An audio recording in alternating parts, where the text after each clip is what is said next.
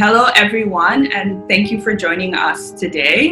I'm excited to see that we have people from a wide range of locations in the chat. I like to start these kinds of conversations with a disclaimer. I'm not an expert. My opinions and thoughts on this topic are not a reflection of any organization or any singular expert. I'm only sharing strategy that I have come up with based upon experience, research, and the opinion of others. So in my role as a commercial lawyer, I have had to go through negotiations, and just basically being a lawyer, I have had to negotiate contracts in my day job, but also as I provide services to people in need of legal services. So Ojima has told you about me, kind of, what is out there on the surface. My experience in negotiation, it's taking 10 years to get here. I mean, if you're not counting all the times I would trade dishes for peeling potatoes with my brother and ask him to do the dishes, and then I would peel potatoes for him because he loved chips. But in a professional setting, it started right out of law school. And so a little about this, my first salary negotiation was towards the end of my studies in England. So I was born and raised in Nigeria, and then I moved to England for school, and this is where the story begins. So right after was when I had my first experience. And it was a deal to manage trade difficulties that a conglomerate headquartered in Dubai was having with trade partners in a number of African countries. And this in turn was affecting their ability to meet their obligations to suppliers in Thailand. I was also expected to advise the chairman of the organization on issues around international trade, barriers to trade, and how to navigate that. At the time, I was excited, of course. I was moving to Dubai, and I was really young. I didn't particularly know what plans I had. There were so many options. I was toying with staying in England, moving back home. I was considering a PhD. I had, gotten my charter as an arbitrator. So it wasn't quite front of mind like career decisions would be today. And so I was excited at the thought of moving to Dubai. It was a role that came with free accommodation, a vehicle, a chauffeur. Of course, it was being paid in US dollar expatriate rates, and I did not negotiate because that was such a great offer. I was fresh out of school, Greek. This was more or less my first real job, and I was overwhelmed that the chairman would take a chance on me, and I did not negotiate. Anyway, fast forward when I eventually completed that contract and moved back to Nigeria to work on yet a different project. My mentor, who made the introduction, said to me that he was disappointed that I didn't negotiate that offer. I was doing a lot of heavy lifting. I was the professional at the organization who was paid the least. I wasn't paid the going rate, and yes, the job had perks, but I could have gotten so much more for it. So while in Nigeria, I got a brief on an arbitration to support one of the African governments. And this was a $1 million deal, and there were 4 senior lawyers on the brief who invited me to work as secretary to the panel. And this time, guess what Kiki did? When they offered $15,000, she negotiated, and she got more. And so that's what I want to share. And if you take only one thing away from this conversation, especially the women in the room, always negotiate. However amazing that offer seems, it's actually not the best they can do. Always ask for more, always. So just a brief run through of what my presentation is going to be about today. I'll talk about self-awareness because a negotiation doesn't start when you get to the table. It starts long before that. And oftentimes, you've either gotten the raise you want or lost it before you walk into the room or within 10 seconds of walking into the room. I'll also talk about motivations because understanding yourself and understanding what motivates one to perform better and to bring their true self to work is important in understanding what you're asking for. Also, I will say you have to be prepared to hear a no. Sometimes you'll hear a no because there's information behind the scenes that you're not privy to. And that's okay. But you don't take a no. I don't believe there's anything like no. Like, that's not a word in my dictionary. If you get a no to your dollar figure, then you have to have options to put on the table. You must leave that conversation with something. And finally, I'll talk about strategy around negotiating, which really is psychology and communication. How you interact and how you draw a bridge between yourself and the individual you're speaking with, and how you articulate your wants and your motivations.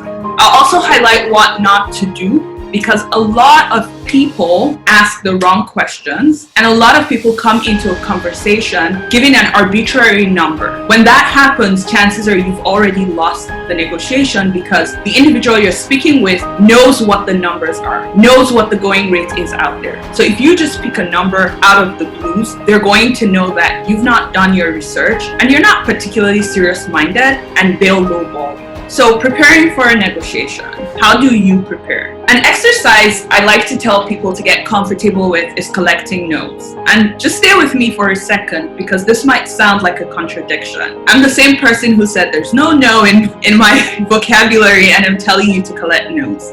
Now, collecting no's is simply being comfortable with hearing a no. A lot of us don't like to be told no, and a lot of us take it personal when we're told no. In professional settings, and when the goal is to get what you want, that defensive mechanism is your enemy and not your ally. An exercise my business school prof gave the class once was, he sent us out to ask, and he gave us a week. He said, make requests of complete strangers and ensure that those requests will guarantee a no. So, for example, walk into a grocery store and ask them to give you your groceries for free. You're gonna get a no. But the purpose of that was to get comfortable with hearing no, and understanding that it's not always personal. Sometimes it's because the person does not have the power to say yes, or the person is just unable to give you a request. It has nothing to do with you. Research. Many of us do not do extensive research when we're going into negotiations. You need to understand the industry, you need to understand the market, and you need to be honest about where you fit in that market. So I always tell people to know their worth, know their value, and we would always peg our value in the millions. But let's be realistic. Are you tardy? Are you reliable? Are you a good team player? Do you do what you should do at your job? Do you go over and beyond?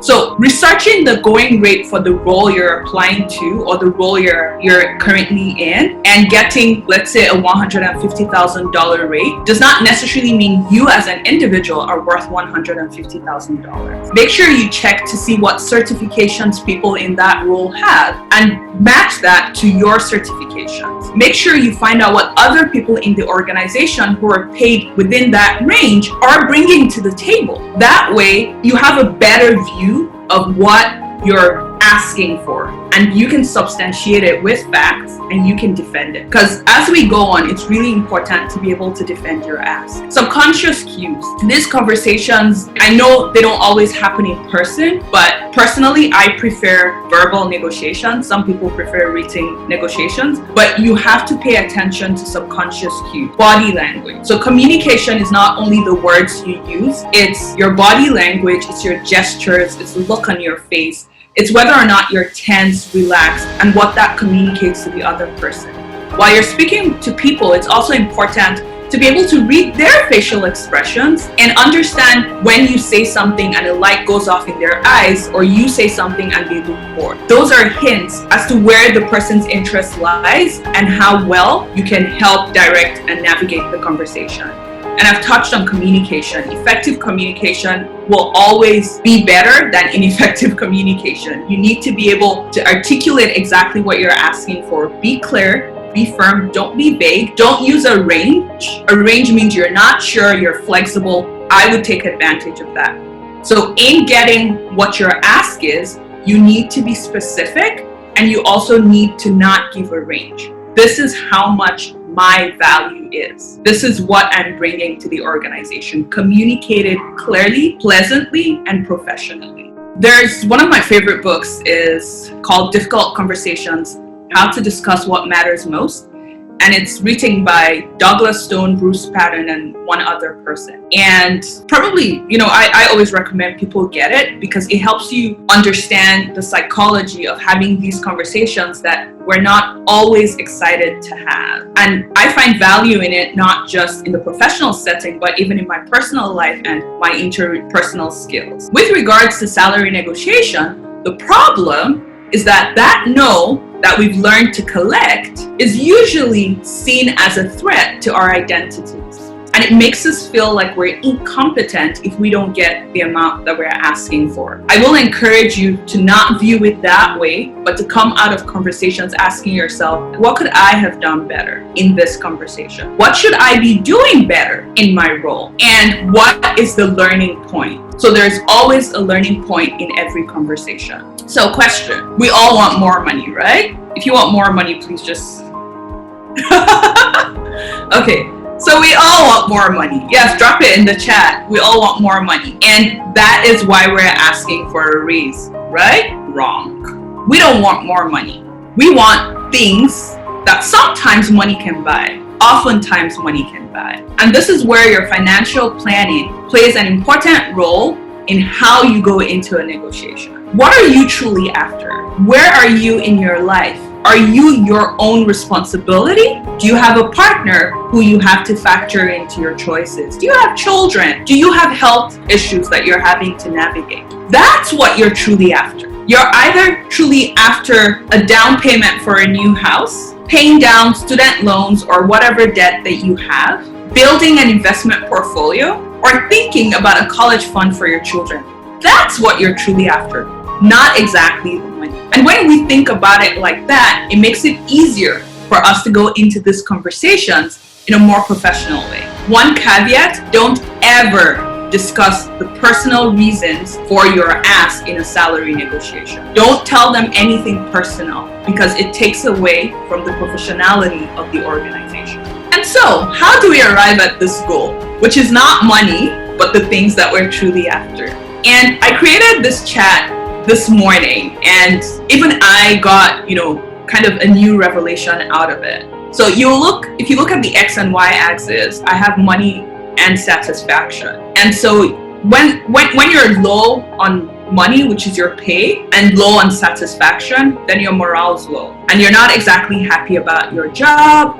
You're not exactly eager to get out of bed in the morning. It's just a drag. And it's just about paying the bills. When you have low money and high satisfaction, you're happy, you're excited, but you might be under some form of financial pressure, which again is a distraction. You're living paycheck to paycheck, barely able to meet all of your financial obligations. So we all think that we want to be high on money, but if you're high on money and low on satisfaction, then you're burnt out. So you want to be at that sweet spot. That's the jackpot. And this builds off of the previous slide where we were talking about what you're really after. And satisfaction is every other thing you get from your job outside of a dollar amount. So it could be the opportunity for growth. It could be professional development. It could be learning opportunities, travel opportunities, healthcare, flexible work hours. It could be so many things. Again, depending on where you are in your life and what exactly is important to you. Many people buy into the myth fallacy that a successful negotiation is one where they get everything that they want and the other person doesn't because it's a zero-sum game. That's a lie. I kind of learned that the hard way. And if there's time, I'll tell you that story. But a negotiation is only successful when both parties win. And I don't know if this is MBA language or this is legal lingua, but I woke up one day and realized that a lot of conversations that we have don't need to be either or, and we don't necessarily need to agree, but we need to reach a consensus. And this is a little assignment for you because my eye's on the time. Look into what the difference is between an agreement and a consensus. They're two different things. A consensus is agreeing to move forward in pursuit of your goals or mutual goals. An agreement is where both of you buy into what one person is selling. That's where it's a win or lose. But we are after a win-win. So, key steps in asking for a raise. Know your worth. I've mentioned that you need to do your research, honest research. Find out what the going rate is. Don't just throw a number that sounds good or looks good on paper. Be honest with yourself about how you measure up and be intentional. Don't be personal. Don't take it personal when you go into that conversation. You need to ask questions. And in negotiations, curiosity is your greatest ally. And when you ask questions, I'll talk about that on the next slide, but I'll talk about how to ask questions. I want to reiterate that you ask open questions. So think about open questions as a fisherman who goes fishing with a net, and closed questions as Kiki, who goes fishing with a rod. Kiki is going to catch one fish, but that fisherman with the net is going to scoop up a lot of things. A lot of things that you're going to scoop up in this case is information as to what I don't want to call the person opponent, but as to what the other party is motivated by, what they need, what their concerns are, and what they're willing to offer you. That's the value of open questions. And we'll talk about what an open question is. Be confident. So mind your language. I believe that I think that I am worth $1 million. You're still thinking? You're not sure? Nah, you're worth $10,000. But when you say, I am confident that my value in this role is $1 million because X, Y, Z. You communicate certainty, you communicate knowledge, and you communicate confidence. It also inspires confidence in the other person. And remember, communication is not what you say, it's what the other person hears. You have only effectively communicated when the person you're communicating with hears what you intended for them to hear. And thirdly, be specific. Like I said, don't give a range, give a figure. Now, this is where it gets tricky because you have to factually substantiate that figure that you're giving. And how do you do that? You do that by showing the ways you've added value to that organization. List them. You also show how your raise will reduce the other person's responsibility. So if you're having this conversation with your hiring manager, you need to show them how their life will be easier because of the things you're now able to do after your raise. Think quid pro quo. What do they get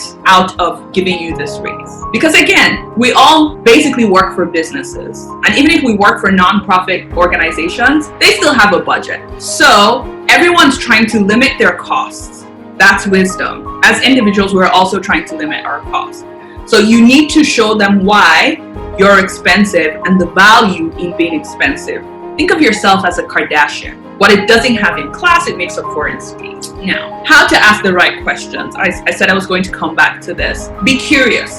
So at the start of this presentation, I had said that negotiations start before you walk into the room. And I said that because it's also about relationship building. If you're already in a role and you have a relationship with the person you're going to be having that conversation with, it's important to begin to show your value leading up to that conversation, keeping them abreast of all of the great things you're doing in the role, your innovative ideas, the projects you're working on, and the value you brought to that project. That way, when you go into having this conversation, then the person is already aware of your value. And remember, don't ask for a raise at the end of the year. The budget is already stamped, signed, sealed, and delivered. You're not going to get it. So you also need to understand the industry. What time's a good time to ask for a raise? When the next year's budget, just before the next year's budget is being negotiated. So if, like myself, you work in financial services, the end of our fiscal year is October. If you're asking for a raise in the last quarter of the calendar year, you're getting a no, so be prepared to collect your no. Now's a good time to start thinking of it. Now's a good time to start working towards it. With regards to open questions, tell me, when you say, Ojima, tell me how Ghana was when she returns from a trip. She's probably going to tell you she liked the food, she liked the weather, she went to the beach, she met some new friends. She's going to tell you more than she intended to tell you, and you're going to be a fisherman with a net, and you're going to get a lot of information. If you say, Ojima, did you enjoy Ghana? Yes, conversation over. You don't gather any knowledge and you don't find anything out. Using how and what versus why is less accusatory. So when you get a no, the first no you get, because oftentimes they'll come back with a counter offer. That's a polite no. When you get that first no, don't ask why. Why puts the other person on the defensive and puts an obligation on them to defend their position. That is counterintuitive to the reason behind tell me, which is to build a relationship with the person you're speaking to. So you want to ask how. How can we improve on this offer? What are the challenges that led to this offer? What are your concerns about increasing this offer? And there, you'll know what the motivation is. So it could be, if I raise the offer, you'll be the highest paid on the team and other employees will be dissatisfied. It could be, I don't have a budget. It could be, it's above my pay grade. It could be, well, I'm worried that you're not experienced enough. But whatever answer you get, you can zero in and then lay their concerns to rest. Again, not taking it personal, but addressing their concerns and letting them know that you've thought about their concerns and this is how you mitigate those concerns to ensure they don't happen. And then at an impasse, it's okay to ask how they've successfully handled a similar situation in the past. So, if you're unable to reach a consensus, you can ask a question, say, for example, in other negotiations, if you got to a point where the other party was not willing to accept the offer, how did you get them to do that? And when the person shares that experience, again, you're a fisherman with a fishing net because you're getting more insights into what is going on behind the scene. A man cannot be comfortable without his own approval. And really, this is what binds everything I've said. Be confident. What are your financial goals? Know your worth, know your value, articulate them properly. Build a relationship with the other party. All these things you're only effective at all these things if you're confident. So what you're selling needs to be bought by you before you try selling it to me. If you don't buy your story, I'm not going to buy it. You must be confident in yourself and the dollar figure you attach to yourself before you attempt to sell it to me. So I know that a couple of people prefer to write letters when they're asking for a raise. And so I've said a lot of things, but let's go into a little specificity. And because this is a mature crowd, I'm not talking introductions and closings and all of that. Of course, you're going to tell them how much you love the job and, all of that. But these are 4 key points that must be in the body of your letter. Like I've said, you must state all of your achievements, everything you've done, everything you're currently doing, the value you've provided, how that translates to the organization's bottom line. And I use bottom line because for different sectors, bottom line is different. Most businesses, again, are profit making, but in your role, how does your team fit into the overarching goal of the organization? So if you're a recruiter, it's about talent. It's not necessarily about cash. Although you can link that to how much it's costing the organization or how much it's saving the organization. But you want to highlight, for example, the talent that you've been able to win for the organization. If you're in a role, a sales role, you want to talk about how much profit you've helped the organization win. So that's what that's about. Ideate your market research. Share what the going rate is for comparable roles. Don't forget to show your sources. So going to Uber, if you're a programmer, a data scientist, what's the going rate at Uber? Look at tech firms, big tech firms. Don't be intimidated by the size of the organizations, right? Don't worry about whether it's a multinational or a smaller organization. Understand your organization, but still put your research, right? So you could put the Ubers of the world, you could put the startups of the world, and place yourself somewhere in the middle. If in your role, you're performing numerous functions, and this is very important, especially as a friend recently got a raise and was not going to negotiate for it until I pushed her to. And I said to her, you're doing so many things in this role, you need to list them. So show the organization that you're performing 3 people's functions, and this is the going rate for each of those functions. And so if the organization were going to hire 3 people, it would cost them $300,000. You're asking for $150,000. Again, numbers, always put them in perspective. This is how much you could be paid. This is how much I'm asking for. It doesn't matter that I'm earning $100,000 now. What matters is that I'm saving you $150,000. Let's focus on that. So that's what we're talking about here. And then again, like I said, your ask should be specific. Do not give a range and show how you arrive at that number. So that's what you want to put out there. Boom, a number. You put that first, then you begin to substantiate that number and show why that is the number. Again, we're not picking numbers out from the blue. So I understand that some people on this call are new to Canada or pivoting like I did a year ago, a lawyer who's moved into financial services, or just probably a whole new organization. So your letter is a little different because you're not negotiating a raise within the same organization and having a conversation with people you know, but it's a completely new offer. Now, we're still going to state all of our achievements and all of the value that we added, but we're going to highlight how that value and those skills are transferable to this role. I'll repeat myself.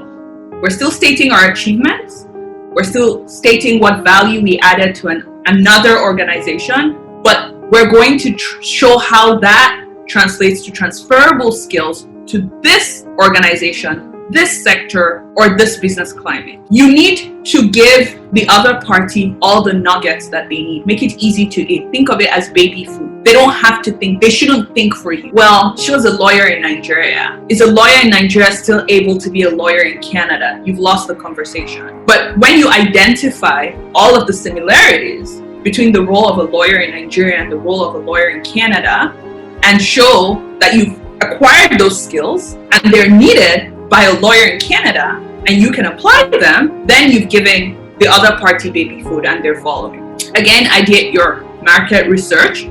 Share what the going rate for comparable roles is in the market. Remember that these people have experience which you don't. So find your wow factor and highlight it. What new thing are you bringing to the team? Hey, you don't have Canadian experience. I don't, but I can bring a lot of diversity to the team. Hey, you don't have Canadian experience, but you're a company that employs immigrants. I can help you navigate different cultures because I've lived in 3 different countries. Find your wow factor. Put it in your letter. Discuss all of the additional functions you intend to perform in your role and make sure they're functions that go beyond the job description. You're paid for the job description. What value can you bring to it? What additional skill set do you have that will be useful? Make sure you highlight these special skills that you will be leveraging to the benefit of the organization and state what that benefit will be. Again, your ask should be specific, show how you arrived at the number, and prioritize your asks. Because again, what you're actually after is not always a bag of money. For a new immigrant, you're looking for Canadian experience. So how much exposure will this role offer you? Do you have certifications you're trying to acquire, and will this role offer you that?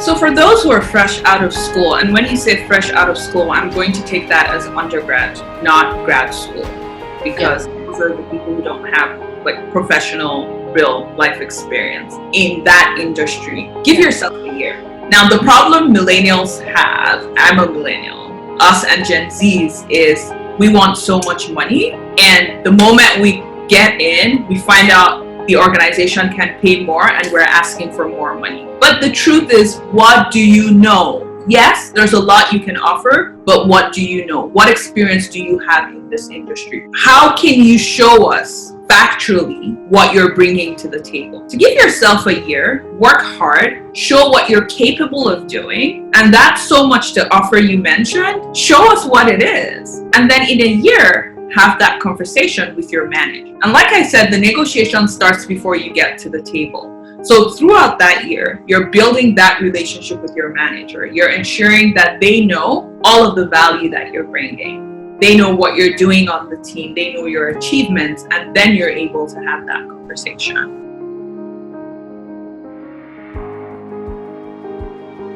So recently, I was having a conversation with a friend, and I told the friend what a colleague was earning, had managed to negotiate and was earning. And I must have shared that with you as well, Timmy. And this friend did not wow at the figure. The friend wanted to know how I knew what this individual was earning. And it just boils down to your interpersonal relationships. Again, a negotiation starts before you get to the table. What relationships are you building within that conversation, within that organization? What conversations are you having with your coworkers?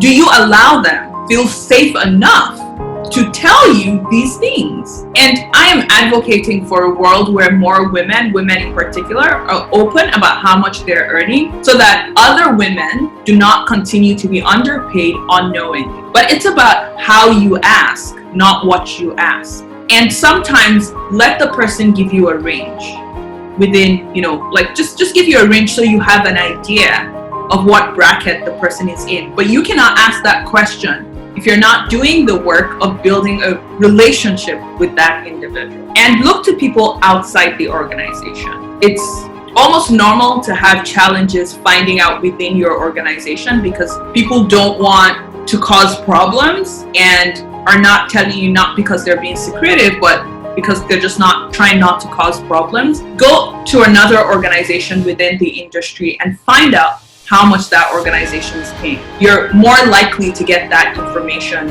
elsewhere than within your organization.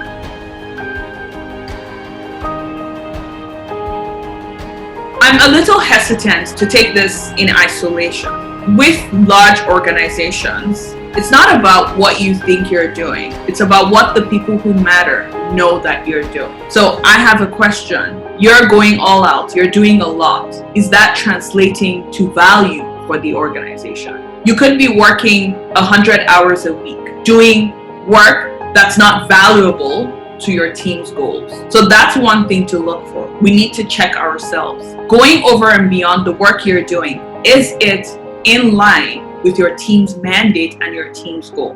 If the answer is yes, this is time to have a conversation with your manager. Again, having built that relationship prior to this conversation, your manager is aware of what you're doing. And let the manager, they're human beings as well, right? So yes, it is my role to go over and beyond, but I am doing XYZ, which is a role that we could hire for, but we're not hiring for. So remember that example I gave of the friend who asked for a raise and had been performing 3 different functions? You use that framework again. Well, this is how much you would pay for XYZ, and this is how much other organizations are paying for me. If you're truly going over and beyond and you're truly fantastic talent, your organization will not want to lose you. So they'll match what the going rate is. And quickly before I round up, some feedback I want to give is remember to be confident and mind your language. I think it shows a lack of confidence and a lack of understanding of what you want. You need to believe. You need to know your value. You need to come into the conversation as an expert. Not like I did at the beginning with the disclaimer, hey, I'm not an expert. No. I'm an expert on me. I am the CEO of Kiki Inc. And I know that this is what I'm worth. So remember that. And thank you everyone for listening.